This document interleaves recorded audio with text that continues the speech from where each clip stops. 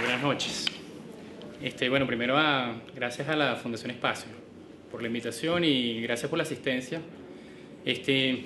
Bueno, hay muchas personas que ya vieron esta película, entonces creo que la van a ver repetida. Les pido disculpas de antemano, pero bueno, espero que la mayoría no haya visto esto ya. Yo voy a leer, por cierto,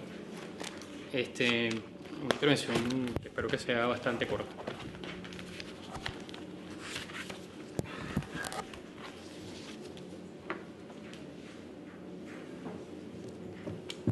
¿Se escucha, verdad? Sí.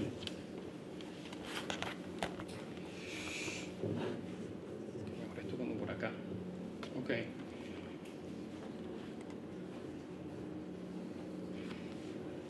Primero que nada, quisiera aclarar que esta conferencia no trata sobre los temas que ocupan a la teoría.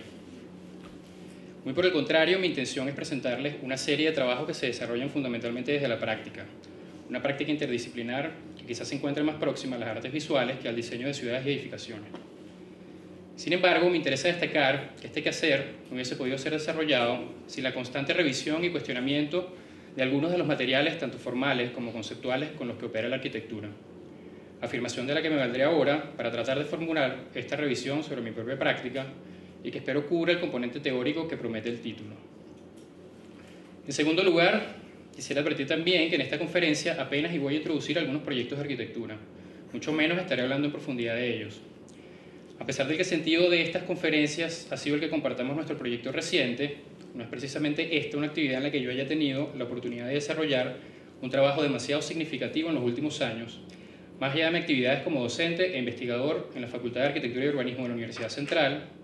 así como de algunos encargos que no han encontrado las condiciones necesarias para ser desarrollados, por razones que no vienen al caso y que seguramente meritarían otra conferencia. Lo que sí me detendré es en una serie de trabajos que se aprovechan de la arquitectura como forma de pensamiento y como estructura operativa, como una plataforma desde la que es posible aproximarse con mayor o menor precisión a diversos ámbitos de la producción creativa. Por último, quisiera otra vez advertir que en algunos de estos trabajos que hoy estoy por mostrar me detengo sobre todo en el proceso, en los referentes y en mis influencias. Pido entonces disculpas a aquellos que subordinen el valor del proceso con respecto al del producto final, quienes seguramente encontrarán poco o ningún interés en este despliegue de intimidad proyectual. Me interesa mostrar el proceso porque es allí donde creo que se revelan las dudas y las bifurcaciones por las que atravesamos inevitablemente y donde estoy convencido existe un aprendizaje y un potencial muchas veces subestimado, pero que sin duda representa la posibilidad de desarrollar una práctica más propia y personal. Hecha ya esta aclaratoria y ya a manera de introducción, quisiera empezar con una anécdota que considero importante para intentar precisar los orígenes de esta inclinación particular hacia la práctica interdisciplinaria. Ya hacia el final de mi carrera en la Facultad de Arquitectura y Urbanismo de la Universidad Central, comenzaron a rondar en mi cabeza una serie de preguntas que todavía me acompañan y a las que aún no he podido dar respuesta, al menos no de manera categórica o definitiva. De estas preguntas recuerdo, por ejemplo, qué significa ser arquitecto, cuál es su rol, cuál es su área específica de competencia, entre muchas otras. Porque resulta que hay arquitectos que diseñan, que construyen, que investigan, que hacen historia, que teorizan, que pintan y que dibujan. Todo esto me atormentaba al mismo tiempo que asistía a una serie de asignaturas, entre las que quiero destacar el antiguo taller de plástica a cargo del profesor Héctor Jiménez y la representación del espacio en la obra de Jorge Luis Borges, electiva que ofertó durante algún tiempo un profesor invitado de la Universidad Simón Bolívar llamado Henry Vicente y que muchos de ustedes conocerán. Casi 10 años más tarde, siento que ha sido mejor aceptar aquel mal que buscar infructuosamente un remedio, ya que aquellas dudas e incertidumbres son las que me han permitido aproximarme, no sin temor, debo confesar, a ámbitos que para algunos no tendrían cabida dentro de lo que se supone debe hacer el arquitecto. Quizá, de no haber asistido a estas dos asignaturas, mis certezas hoy con respecto a lo que debiese ser mi dedicación estarían mucho más claras, más definidas. Pero no fue así. El asistir a las clases de Henry me permitió aproximarme de manera crítica no solo a la vasta e increíblemente rica en referencias obra de Borges, sino a la literatura en general. En ella no solo descubrimos el universo de erudición que yace detrás de la obra del que seguramente es uno de los más grandes escritores del siglo XX, sino que además fuimos capaces de explorar y comprender la relación de proximidad que existe entre su producción literaria y ciertas nociones esenciales a la arquitectura, tales como el uso particular del espacio, la simultaneidad de escalas, la construcción de figuras, y una que se convertiría en mi favorita, el enfrentamiento y las tensiones que aparecen entre tradición y modernidad. Por su parte, el taller de plástica me aproximó hacia el trabajo de una serie de artistas que nunca antes había yo escuchado mencionar y que trabajaban en una diversidad de medios que iban desde la pintura hasta el performance, el video y una cosa por demás extraña que Héctor calificaba reiteradamente como instalación. Tuvimos la oportunidad así de sumergirnos en el universo de artistas tales como Warhol, quien se destacó de aquel grupo por su atrevimiento, descaro y temática que caracterizaban un trabajo amplio y diverso. El otro que nos intrigó por muy extraño, cabe destacar, fue Joseph Beuys, un personaje enigmático que antes de haber sido artista fue militar, veterano de guerra, en la que estrelló su avión para casi morir y que sin embargo sobrevivió para producir una obra que rompería con la percepción de lo que el arte debería ser. Es así como entonces es a Henry y a Héctor a quienes debo el iniciarme en este camino de la dispersión, además de despertar un interés que me ha permitido hasta hoy aproximarme a una producción que me atreveré a calificar de más o menos diversa. De paso también les debo el haberme confundido todavía más para permitirme, entre otras cosas, la posibilidad de estar hablando hoy con ustedes acerca de la dispersión, como una noción posible y necesaria de incorporar en nuestra práctica. Continúo entonces destacando que esta noción de dispersión a la que hago referencia es una que se relaciona con la idea de diferencia y falta de certezas, una que se establece desde la no centralidad para ponderar la pregunta sobre la respuesta. Es una que se opone a toda mediación predeterminada para interesarse en la posibilidad de admitir rupturas y estimular la producción desde la duda y la contradicción. Esto me permite entonces retomar esta revisión sobre mi propia práctica, afirmando que esta es una que se entiende sobre todo como un modelo de interrogación. Desde ella, he procurado formular preguntas detonadas desde referentes muy diversos, apuntando a perspectivas tanto amplias como particulares, que encuentran, por lo general, una concreción en tres campos específicos o áreas de producción.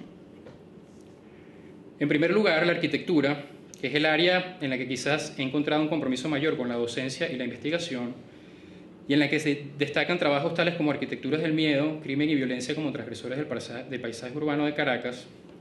proyecto que actualmente desarrollo en el Centro de Estudio del Espacio Arquitectónico y en el que me encuentro estudiando el impacto que tiene sobre el paisaje de nuestra ciudad, los fenómenos de la violencia, el crimen y la inseguridad.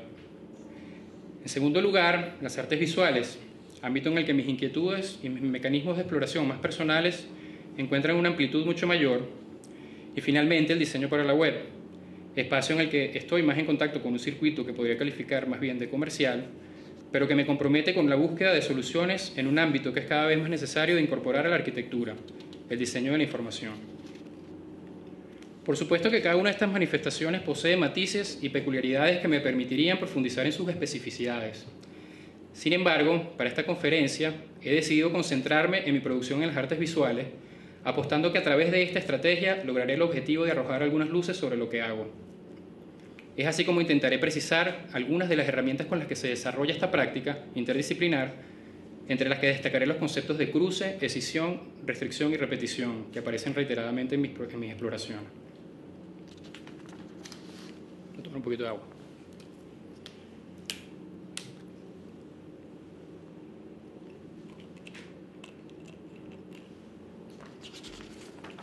Bien. Cruce. En primer lugar, y no porque posea mayor o menor jerarquía, dentro de los rasgos fundamentales de mi práctica aparece el concepto de cruce, un mecanismo desde el que me es posible establecer conexiones entre particularidades que a simple vista no tendrían correspondencia, en algunos casos llegando a forzar estas relaciones con la finalidad de producir una respuesta que represente un avance dentro de mis propias búsquedas. Para hablar del cruce, les mostraré la instalación Un Mundo Mejor, trabajo que responde a la invitación hecha en el año 2005 por la curadora y actual directora de la Sala Mendoza a participar en una muestra colectiva que debía tomar como punto focal de reflexión el otrora símbolo de nuestra ciudad capital, las torres del Centro Simón Bolívar, hoy conocidas como Torres del Silencio. La muestra, cuyo título era Torres de Caracas, Modernidad Silenciada, estuvo comprendida por una sección documental conformada por planos originales y fotografías de la obra apenas se inauguró, además de una sección donde se expondrían las reflexiones de los artistas invitados. En mi caso particular, me interesó construir un discurso en el que pudiese cruzar las dos realidades más extremas que allí han acontecido, a través de una obra eminentemente objetual, pero con un importante componente sonoro. Al mismo tiempo, la indagación a la que me aboqué durante todo el proceso me llevó hasta el pensamiento de Néstor García Canclini, quien en su trabajo Culturas híbridas, estrategias para entrar y salir de la modernidad, construye una imagen de nuestra sociedad a escala latinoamericana como producto de determinados procesos de hibridación e interculturalidad, muchas veces forzados, muchas veces traumáticos. Surge de esa manera la pregunta de si no sería allí donde se instala el proyecto modernizador de nuestra sociedad, y cuyo apogeo tuvo lugar entre las décadas de 1940 y 1950. Me pregunté también si este proyecto descomunal no podría ser también interpretado como un enorme aparato ideológico que se sustentó en una noción de progreso llegada a nuestro país de la mano del boom petrolero. Esto para mí se confirmó con el hallazgo de un par de materiales que serían fundamentales para la concreción de la instalación. Por una parte, el libro Lo mejor del urbanismo y de la moderna arquitectura en Caracas, más que un texto riguroso y crítico acerca de los temas que caracterizaban la arquitectura y el urbanismo de aquel momento, es una suerte de panfleto ilustrado con excelentes imágenes fotográficas, cuyo fin parecía ser el promover la gestión del general Marcos Pérez Jiménez, encastándola en una producción arquitectónica sin precedentes y de una calidad por demás excepcional. Por otra parte, una serie de cortos noticiosos con los que di en el archivo audiovisual de la Biblioteca Nacional terminaron confirmando estas aseveraciones. Les pido un par de minutos en los que intentaré recrear este par de materiales con los que di en aquel momento y que detonaron las ideas con las que se desarrolló posteriormente la pieza.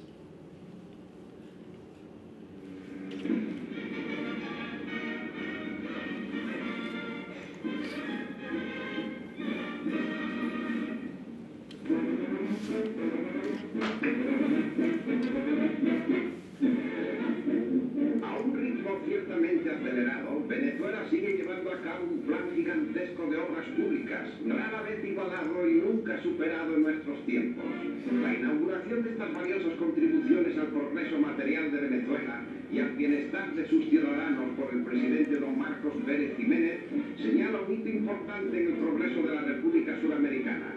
Durante los últimos 4 años, Caracas ha visto realizados proyectos tan importantes como los que se inauguran hoy de bello y modernísimo diseño en la sección residencial de la ciudad.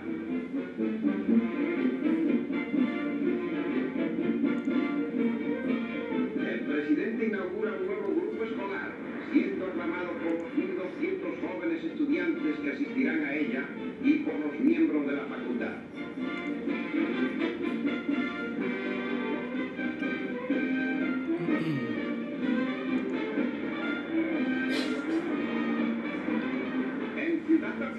El presidente don Marcos Pérez Jiménez inaugura una sección de viviendas populares.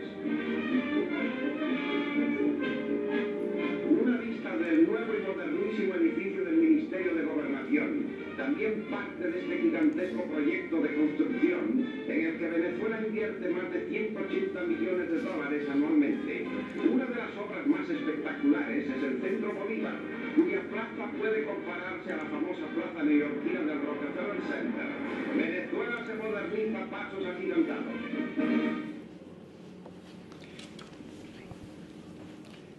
Partiendo entonces de estos materiales, Un Mundo Mejor estableció una reflexión en la que este ícono fundamental de la Caracas moderna fue entendido como una de las representaciones más evidentes de la transfiguración simbólica que han sufrido estas ideas de avance, progreso y orden institucional en nuestro país. El Centro Simón Bolívar, en mi opinión, representa la victoria de la apropiación y la desfiguración como mecanismos que establecen un nuevo orden territorial urbano y que definen nuestro espacio público como territorio de ocupación accidental, en los que se evidencian, además, fenómenos mucho más recientes que se inscriben con mayor fuerza en los procesos de hibridación e interculturalidad de los que hablaba García Canclini en su texto. En la pieza se establece una relación directa con la imagen de las Torres del Silencio a través del recurso técnico que es articulado para dar salida formal al proyecto.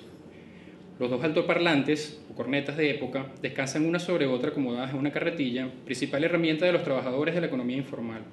dejando escuchar este soundtrack que acabamos de oír de esta serie de cortos noticiosos en las que el general Pérez Jiménez inauguraba estas obras. Es así como el sonido, discurso oficial con marcha militar y demás, se intercepta con determinados objetos que intentan esbozar una imagen sonora de algunos de los efectos que la instalación del proyecto moderno ha tenido en nuestra sociedad. En segundo lugar, aparece el concepto de decisión, una operación de la que me valgo reiteradamente intentando producir un discurso que se construye a partir del despliegue de sistemas de tensión y en el que los opuestos quedan enfrentados irremediablemente. Para hablar de la escisión, traigo como referencia Falla, una videoinstalación desarrollada a finales del año 2003 y que se presentó en el Museo de Arte Contemporáneo de Caracas, Sofía Inver, como prefiero llamarlo, como parte de la 6ª edición del Salón Pirelli de Jóvenes Artistas Plásticos, y que fue merecedora del 3er premio. Siendo una constante en el Pirelli, partir de la base de un tema propuesto por parte de la curaduría, en esta oportunidad la reflexión de los artistas debía estar centrada sobre la noción de tiempo real. En el caso de mi propuesta, preferí, más que celebrar las ventajas por demás evidentes que supone esta noción exacerbada de la velocidad, proponer un cuestionamiento crítico inspirado en las ideas de un autor cuyo pensamiento ha sido de gran influencia sobre mi trabajo. Me refiero a Paul Virilio, arquitecto y urbanista francés, crítico y escéptico implacable de la ciega fascinación que nuestra sociedad expresa hacia los avances tecnológicos como representación de desarrollo y progreso. La tendencia hacia la anulación del espacio-tiempo, característica fundamental de la noción de tiempo real, supone una pérdida de la experiencia, entendida en términos de intercambio real o tangible. Es así como este tiempo real, si bien supone una mayor eficacia con respecto a determinados procesos esenciales para el desarrollo de nuestra sociedad, acarrea una serie de efectos colaterales o accidentes, como los califica el propio Virilio. En Falla, la estrategia fue producir un sistema de tensión en el que la proximidad entre dos personajes, que son el mismo y a la vez opuestos, queda interrumpida por una brecha que subraya una ruptura o un accidente. Se materializa así una reflexión acerca de la relación que se establece a partir del uso de las nuevas tecnologías, más específicamente de las tecnologías de la información. En la pieza, dos televisores se enfrentan en un cara a cara casi claustrofóbico y asfixiante, denotando una proximidad que no llega a resolver el encuentro.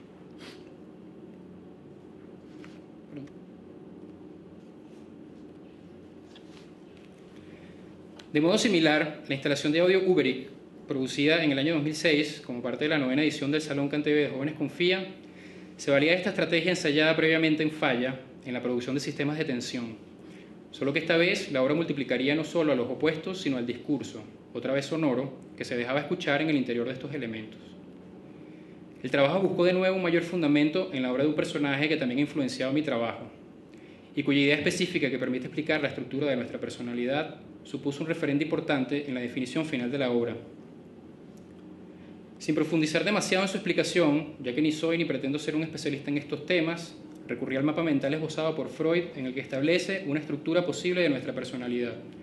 y que se compone de 3 elementos que median entre sí para determinar lo que finalmente somos. Según Freud, la mediación entre el ello y el superego, o Uberik, nombre original en alemán que sirvió para dar título a la pieza, es lo que da forma a nuestro ego, a lo que somos a nivel consciente. El ello se refiere a un estado inconsciente y casi primitivo, dominado por impulsos de agresión, sexualidad y supervivencia, que quedan de alguna manera reprimidos por el superego, una suerte de figura paterna que es también una entidad inconsciente determinada fundamentalmente por el orden y la moral y que es inducida por nuestro entorno durante nuestras etapas de crecimiento. Basándome entonces en esta idea de superego, decidí representar una especie de estado mental obsesivo y de confusión extrema, que estaría comprendido por una serie de mandatos definidos en una lista interminable de acciones en primera persona, y que luego sería convertida en una pista de audio a través de un software elemental pero especializado. La aplicación permitía además manipular la entonación y la velocidad del sonido resultante, lo que permitiría generar 10 variaciones de la misma lista e insertarlas en una serie de cajas que conformarían finalmente la instalación. Uberik se dispuso directamente sobre el suelo con la intención de ocupar el espacio en términos tanto físicos como sonoros, dejando escuchar un concierto imposible en el que solo en determinados casos los espectadores serían capaces de descifrar parte de los mandatos de esta representación del ello. Estaría apelando entonces a la curiosidad de los espectadores, invitándolos a incorporarse activamente a la pieza,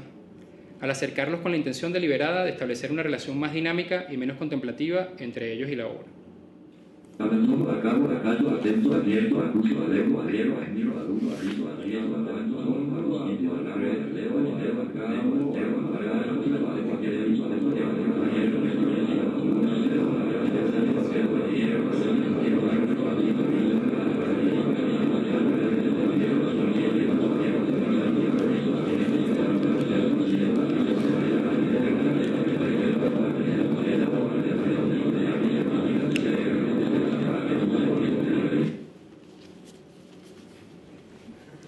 Repetición.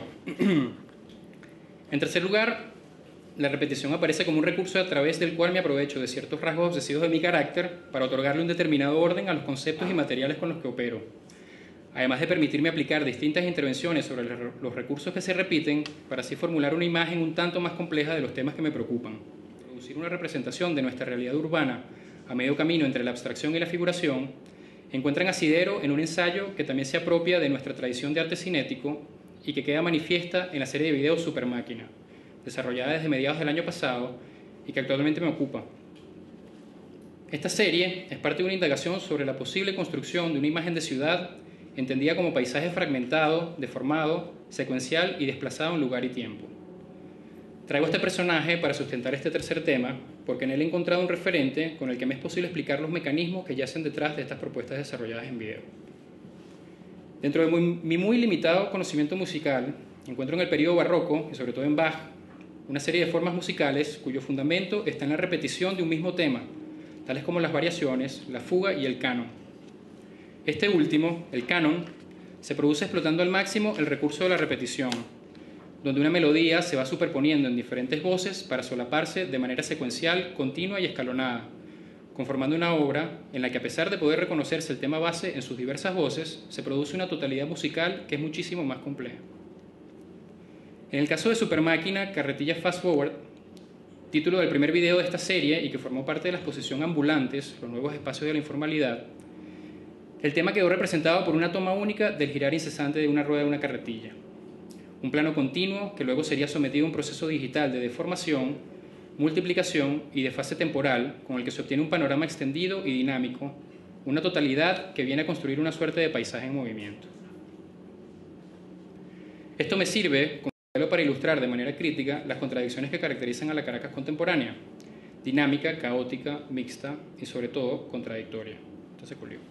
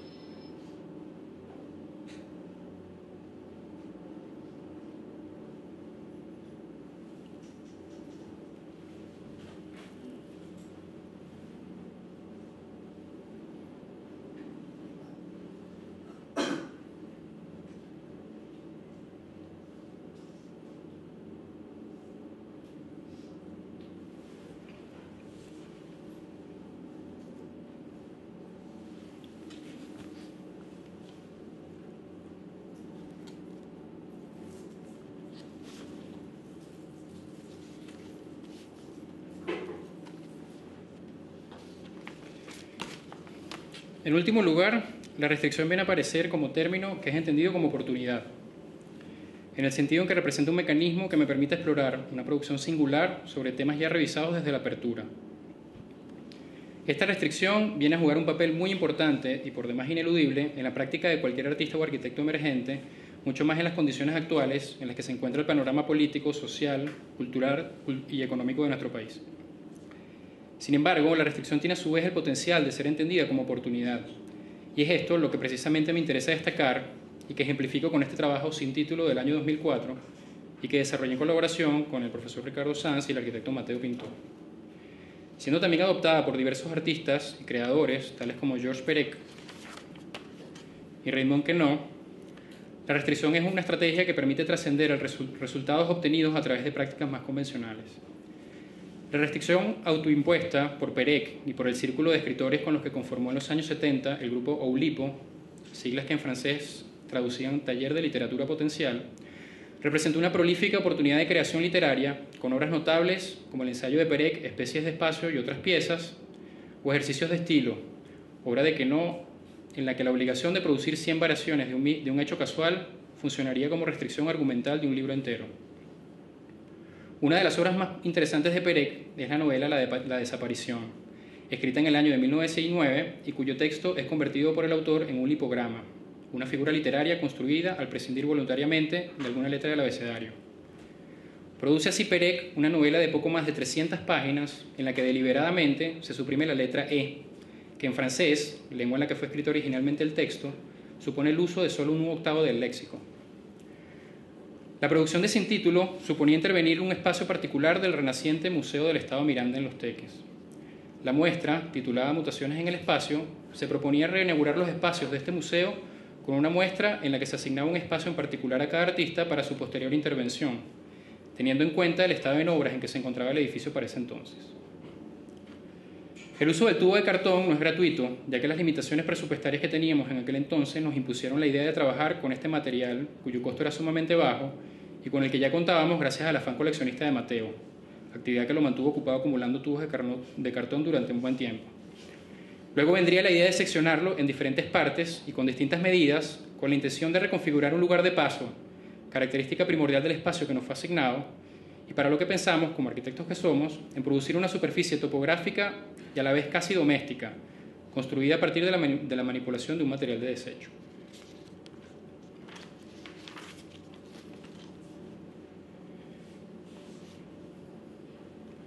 Antes de concluir, quisiera retomar la especulación acerca de las razones que me han hecho involucrarme en esta práctica interdisciplinar. Quizá, sumado a la influencia de la que fui objeto en la facultad y que comenté al principio de esta ponencia, hay un componente muy personal en el que la dispersión y la inconformidad me llevaron, antes de convertirme en arquitecto, a intentar formarme en disciplinas como la medicina y la veterinaria. Me pregunto si lo que me llamaba la atención en aquel entonces no sería escindir animales, descubrir las partes por las que estaban compuestos, o quizá indagar en el cuerpo humano, víctima de enfermedades y accidentes que eventualmente lo acontecen. Lo cierto es que esta dispersión me ha llevado a desarrollar una práctica en la que la arquitectura, valiéndose de estas estrategias, ha encontrado aproximaciones antagónicas frente a situaciones diversas. Desde lo más especulativo, característica presente en mi trabajo de grado, Casa y Tiempo, una aproximación hacia nuevos espacios de vida y existencia, hacia lo más pragmático, rasgo de los trabajos que se hacían a final de carrera con el profesor Harry Frontado,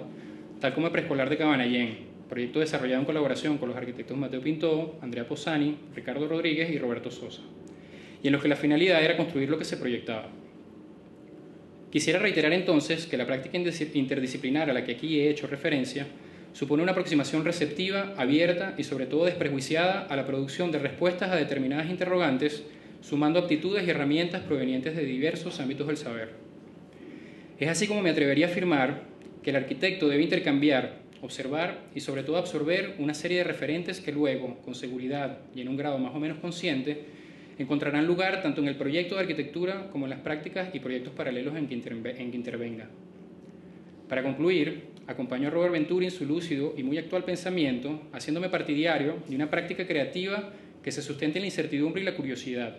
a cambio de una que se regodee en la aplicación de fórmulas y certezas.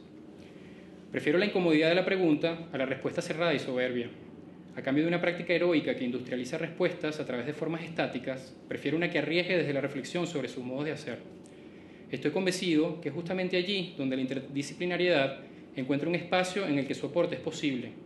A final de cuentas, pienso que tanto en la arquitectura como en las artes visuales solo encontraremos un avance significativo y por demás necesario si somos capaces de cuestionarnos para reconocer nuestro posible agotamiento, de permitirnos explorar para acertar o equivocarnos y de ser más humildes en el reconocimiento de los verdaderos alcances que tiene esta disciplina. Necesitamos tender puentes sólidos entre nuestra práctica y los campos del saber que la circundan y con los cuales, inevitablemente, ésta se retroalimenta. En lo desconocido es donde la práctica encuentra avanzar y es allí, en ese lugar incómodo, donde he preferido desarrollar estas propuestas que he compartido con ustedes. Muchas gracias.